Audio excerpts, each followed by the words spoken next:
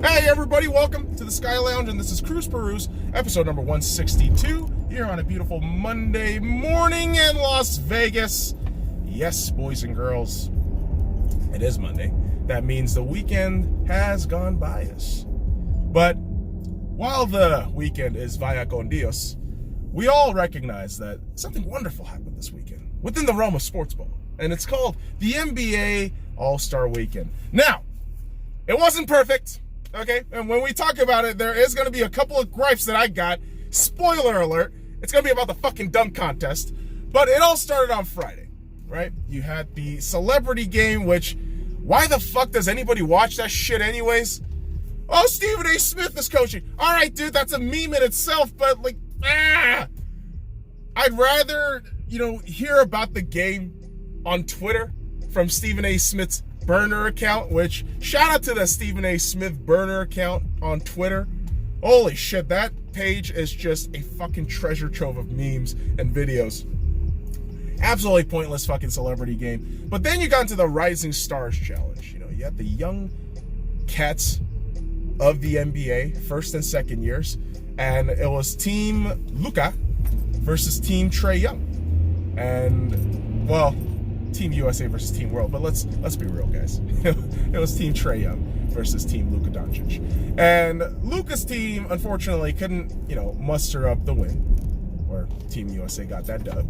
But it was a fun little exhibition contest, and towards the last minute and a half, it became a dunk off between the young players, and they had Zion, getting the ball lobbed at it and trying to have him put all these fucking special dunks.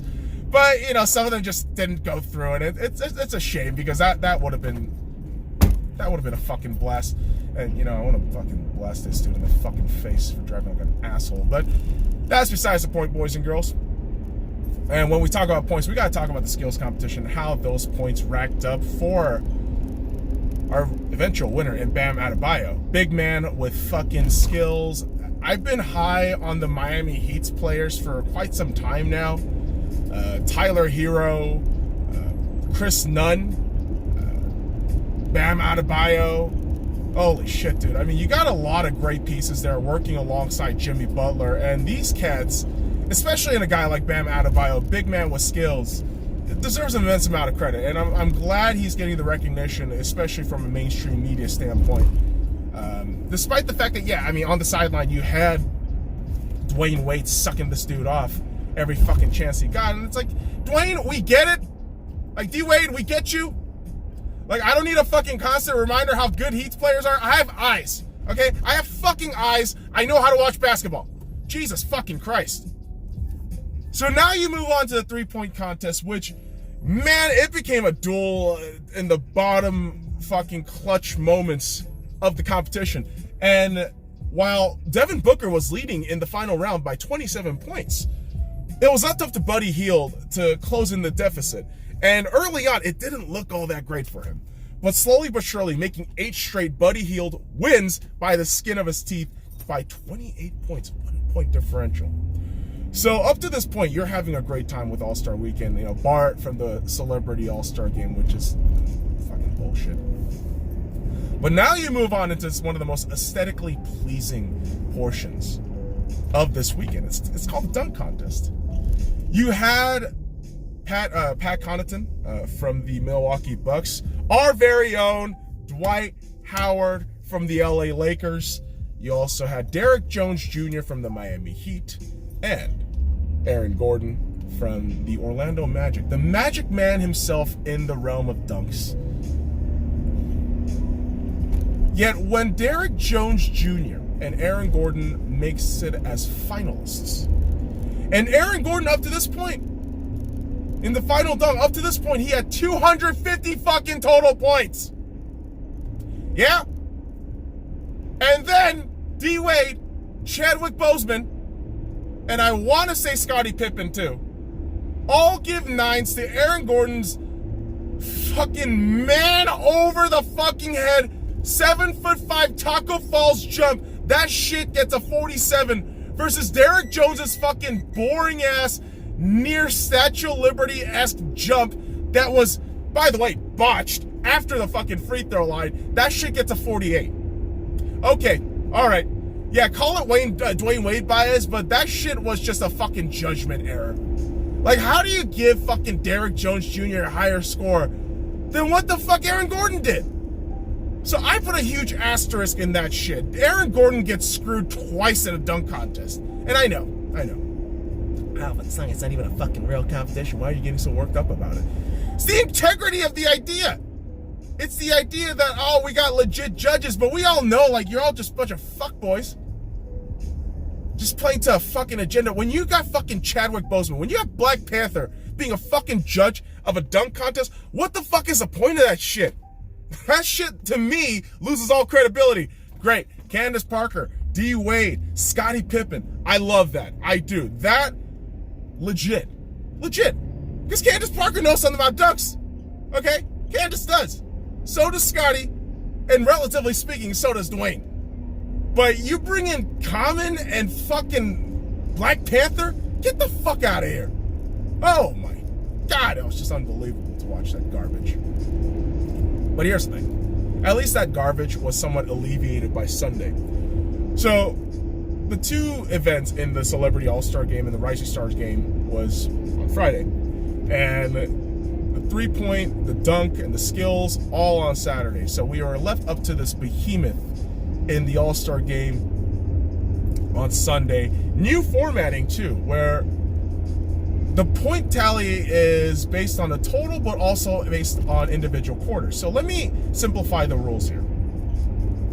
So basically what you had was individual quarters, teams would win or lose, right? So Team LeBron and Team Giannis. So in the first quarter, I actually have the score tally here, which I can pull up in a bit. So in the first quarter, Giannis was down 41-53. So $100,000 goes to LeBron James's charity. In the second quarter, LeBron James falls to Team Giannis. I apologize, 51-30. So $100,000 goes to Giannis's charity. And so you move on to the third quarter where it is tied. The game is tied 41-41. And you have a cumulative score of, okay, my math is going to be really fucking bad here because I'm going to do this off the top of my head. 92, so 133. And I believe the other score line was, oh, Jesus Christ, 124. So, based on the 133, right? Based on the 133, you add the 24 because 133 is the highest score tally between two teams and Team Giannis. So you add the 24 and that value gives you a value of 157. So the next team that hits 157 points in the fourth quarter is the winner. Now, mind you, in this fourth quarter, there is no time clock, there is only a shot clock, and no commercials. You can only imagine how amazing this fucking game got, okay? This game, in the fourth quarter, was something I've never seen in an All-Star game. Legitimate defense. Legitimate defense, okay? And the Lakers rallied. The Lakers. Jesus. Team LeBron. I apologize. I meant Team LeBron. Team LeBron rallied to an inevitable win against Team Giannis, where they won on a 33-22 scoring run in the fourth quarter. I apologize again. And yeah, I gotta tell you, if this is a new format moving forward, obviously this weekend being dedicated to, former Commissioner David Stern and Kobe Bryant, Gigi Bryant, the Altobelli family who were affected, the Mouser family, Christina Mouser who was affected, the Chase family, if I'm not mistaken, guys. I apologize if I forgot all the last names, and Zabayan, the pilot. So recognizing all the lives lost and remembering through this weekend, it was incredible to watch the level of competition that Kobe Bryant would have been proud of. Kobe would have been fucking proud of that performance right there. And we all know the little girls of the Mamba Academy, and some of the girls who were on the actual helicopter, were being taught that relentless mentality of giving it their all. And while the new MVP trophy is now named the Kobe Bryant MVP Award. The first recipient of the Kobe Bryant MVP Award became Kawhi Leonard. And you know what? Listen, I'm a Lakers fan. He's a Clippers guy.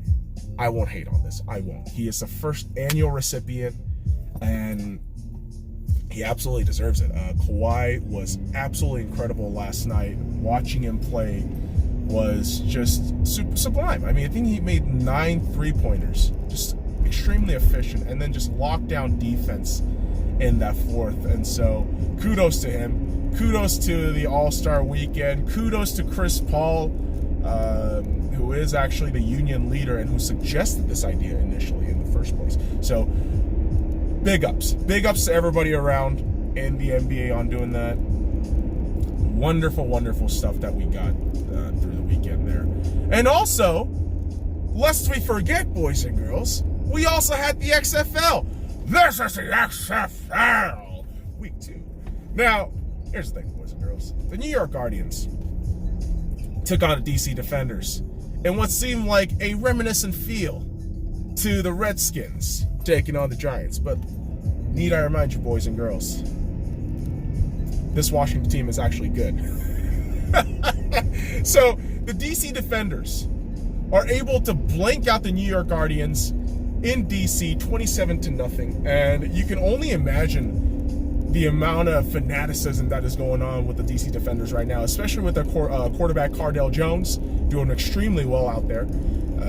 Their head coach looks like such a swell guy, you know, talking up the guys as best as he can. And as for the New York Guardians, I mean, a 500 New York team, what are you surprised at? What are you surprised at this point? Oh, you're talking about the Yankees? No, I'm not talking about the fucking Yankees. All right? I'm talking about within the realms of like the Mets, the Knicks, the Nets. I meant Mets and Nets. So a little bit of distinction there, boys and girls. But here's the thing, man. That game was kind of I believe the high point of of the XFL weekend in terms of quarterback plays, because the rest of the 3 games, I felt the quarterback play was a wee bit weaker, but the defense was absolutely phenomenal. With this next game, the Tampa Bay Vipers taking on the Seattle Dragons in Seattle, CenturyLink Field, 30,000 plus people showed up. So you're fucking telling me the XFL is a load of bullshit, and, you know, you got Seattle, it's a nobody city, nobody fucking wants your Seattle football, all that fucking bullshit that you've been hearing.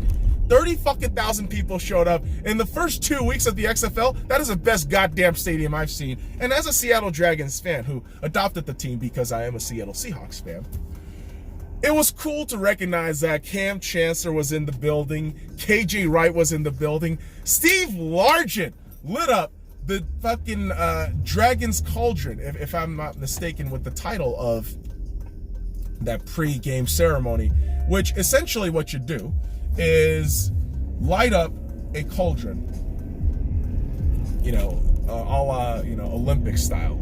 And Seattle got crazy about that. I mean, Seattle obviously, you know, loves sports ball. I mean, they do. I mean, when one of the players wore their Supersonics jersey, the fucking crowd was going insane. I mean, you have social media blowing up. And this is a great thing about the XFL. They understand, like, good football first, but also using social media to enhance their product. Meaning, motherfucker, you be posting memes and relevant shit within the realms of pop culture, you're only gonna garner more fans. And I think the XFL doing this to a T is unbelievable. And throughout the weekend after the first week, we got to see an excellent stamp in week 2 of what the XFL is going to be moving forward. Transparency and for the love of the game. And I love that motto. I love that motto. I do. And here's the thing. I'm going to actually drive around a little bit here, boys and girls. Got to kill some time off talking about some sports ball shit. But here's the thing, boys and girls. The reality is of that XFL game against Seattle, the Vipers were terrible. Okay, the Vipers were absolutely terrible. And you can say quarterback, but I think that general team isn't really any good. Yeah, maybe you got a couple of good defensive players, but Jesus Christ, what a shit show. I forgot to mention with the New York Guardians, McGloin, quarterback, and this is where I started complaining about quarterbacks, just completely threw his team under the bus. not a good thing that you want to do, but there you go. Quarterback throwing teammates under the bus. Isn't that bloody nice? But Seattle wins it 17-9 in the Seattle game, not the New York game. And you move along to the Dallas Renegades taking on the LA Wildcats. And honestly, by 2 weeks in, I think the Wildcats are just kind of a pipe dream of what they want to be in Los Angeles, but it's a fucking mess of a team. The Dallas Renegades, picked themselves up. I believe they started a new quarterback. Decent enough. Very close game. Very close game. I believe the score towards the end of this, like last minute and a half, was about 19-18. So clearly, Dallas pulled away very late. And I believe that was is that the first game with no, that wasn't the first game with the three-point conversion in the XFL, which is crazy. Like, they should have already had a three-point conversion a while back in the XFL, because obviously 3 is more than 2 and 1 combined. But within the realm of what I've seen in the XFL, it's like some of these plays that have happened, it's like you really do want to go for the 3 and stay aggressive, but we only got that first three-point conversion attempt and successful attempt in the St. Louis Battlehawks taking on the Houston Roughnecks. And was that the game? Actually, it might have been the other game. But here's the reality. St. Louis Battlehawks. I also believe they started a new quarterback, but unfortunately they couldn't get out the win. Houston at home, a 28-24 win where they almost blew it. Familiar? Does that sound familiar? Yeah, because they probably live right next to the fucking Texans. So yeah, there you have it, boys and girls. A little bit of choke job here and there, but what are you gonna do? It's the XFL. They're gonna keep trying, and honestly, each and every weekend I'm gonna be watching all those games, and hopefully, within the realm of possibilities, if I can go to a game, I would love to go to a game. I know the LA Wildcats are going to be hosting the Seattle Dragons in April, so if I can get cheap tickets to get to LA and get a stadium seating there, I'll probably go. Unless I procrastinate and choke up my fucking schedule, which happens. And speaking of choke jobs, Tottenham Hotspur player Son Heung-min. I know, I'm a salty little Arsenal bitch, but what has Tottenham won? Okay, so let's clear that out of the way. But I will recognize this. Son Heung-min of Tottenham Hotspur has become the first Asian player ever to score 50 goals in the Premier League. First Asian player ever to score 50 goals. Congratulations to Son Heung-min. Again, I hate the fact that he wears the disgusting white of Tottenham Hotspur, but 50 goals is no small feat. And what isn't also a small feat is the level of punishment that Manchester City got. So Manchester City, boys and girls, has been banned from the UEFA Champions League. Actually, all UEFA competitions for the next 2 years, because of financial fair play violations. So they will also be fined an exorbitant fee of £30 million, 30 million euros, I apologize, for their crime. And it's crazy that Pep Guardiola isn't going to have 2 years of Champions League football. Unless he's so smitten with the club, which I fucking doubt, which I really do fucking doubt. Pep Guardiola isn't going to stay in Manchester City. I feel like his next journey is in Italy. With the way Italian clubs, in terms of play, have been getting better all around. And really, let's think about this too. Some exports from Italy, talent-wise, not Italian talents, but talents cultivated in the Italian league, have gotten notably better after years. Mohamed Salah, that's the one guy I will always point to and say, remember, this guy, nobody gave him credit. Nobody gave this guy credit. He went to Serie A, did well for himself, puts himself into Liverpool, and now he's one of the best players in the league, right? Or in football, really. He's one of the best players in football. And I hate saying that because I don't like Liverpool, but Liverpool now is 25 points out on top in the Premier League. That is insane. That is absolutely insane, because are we also forgetting that Liverpool has not lost a single game in the Premier League? And I hate that. Again, I hate it because it's purely jealousy. It is. Arsenal had the one invincible season in 03 and 04. What Liverpool is doing this season is unprecedented. It's completely boggling my mind how well they're doing. But you watch some of their games, the way they eke out results, it's like, yeah, that's what champions do. That's what good teams do. And I wouldn't be surprised if Liverpool either goes undefeated or just loses one game in the entire season.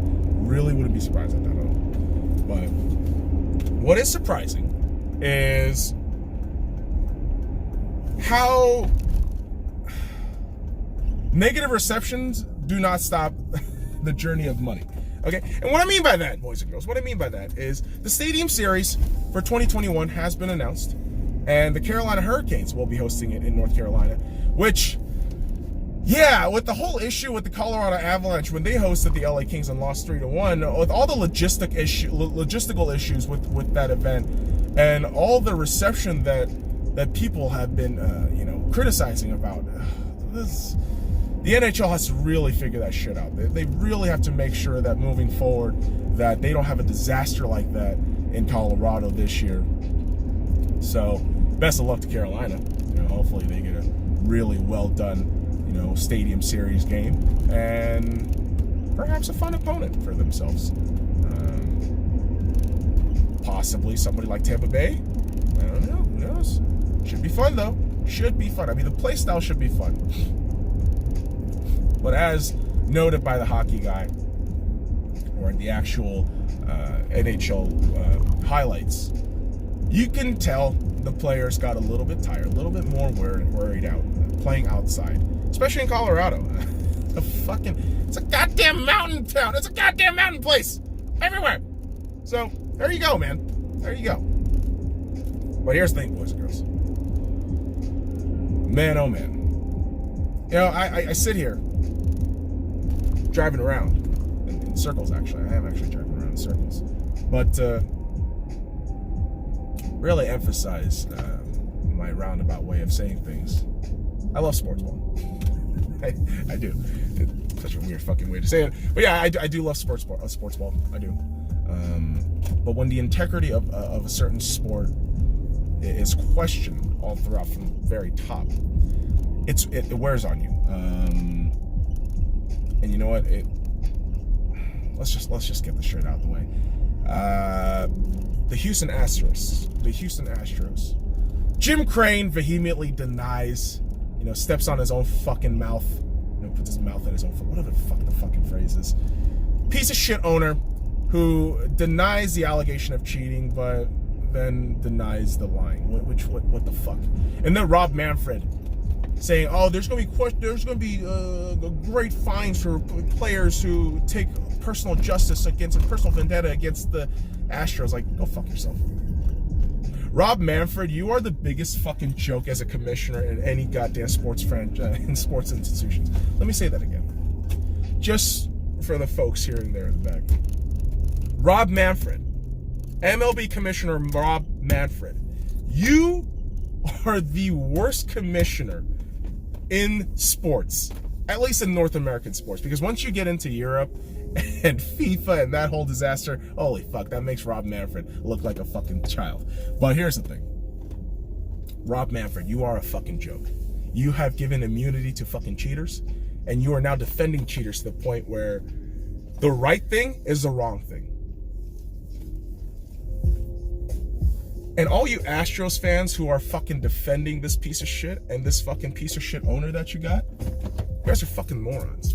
And honestly, to every fucking fan in the MLB, you're not champions. You will never be fucking champions. That 2017 World Series has a big ass asterisk. It's not even the fucking Dodgers World Series. It's not. But it ain't yours, motherfucker. It ain't. Fuck you, Jim Crane. Fuck you, Jose Altuve. Fuck you, Carlos Correa. Fuck you, Beltran. Fuck you, and fuck you, Cora. Fuck you, every motherfucking cocksucker in the Astros organization. I hope you motherfuckers get a fastball to the fucking ribs and eventually get so broken down mentally and emotionally to the point where you fucking hate baseball and you never get recognized for what you did in the fucking field. You fucking piece of shit. Now, let me end it off with this, boys and girls. Let me end it off with a bit of a positive but aggressive note. So, the new James Bond song came out for the new film that's coming out called No Time to Die in April. And Billie Eilish is the theme song singer. Now, I was skeptical. I'm not gonna lie to you. I was one of those people that said, oh, Billie Eilish, this fucking edgy emo lord motherfucker is gonna sing a goddamn 007 song, a franchise that I've loved since I was a fucking kid. A franchise that my dad got me onto, and him and I shared a mutual bond and respect and love of that series. But you're gonna bring this fucking child to sing this song? God damn it. That was my thought initially. But I heard the song. And once you listen to No Time to Die, and then listen to all 4 other Daniel Craig opening theme songs, you realize that not only is it a wonderful song by Billie Eilish, but it fits the narrative of what James Bond, Daniel Craig's James Bond, is going through within his journey. So all those out there who are fucking shitting on that goddamn theme song, go fuck yourselves. Seriously. It's Billie Eilish. You know what? If you listen to music like that, you're never going to like anything new. That's the reality of shit. So I'll go ahead and leave it there, boys and girls. So follow me at the Sky Lounge and all the links in the description below. Like, comment, subscribe for more daily contents, for more salt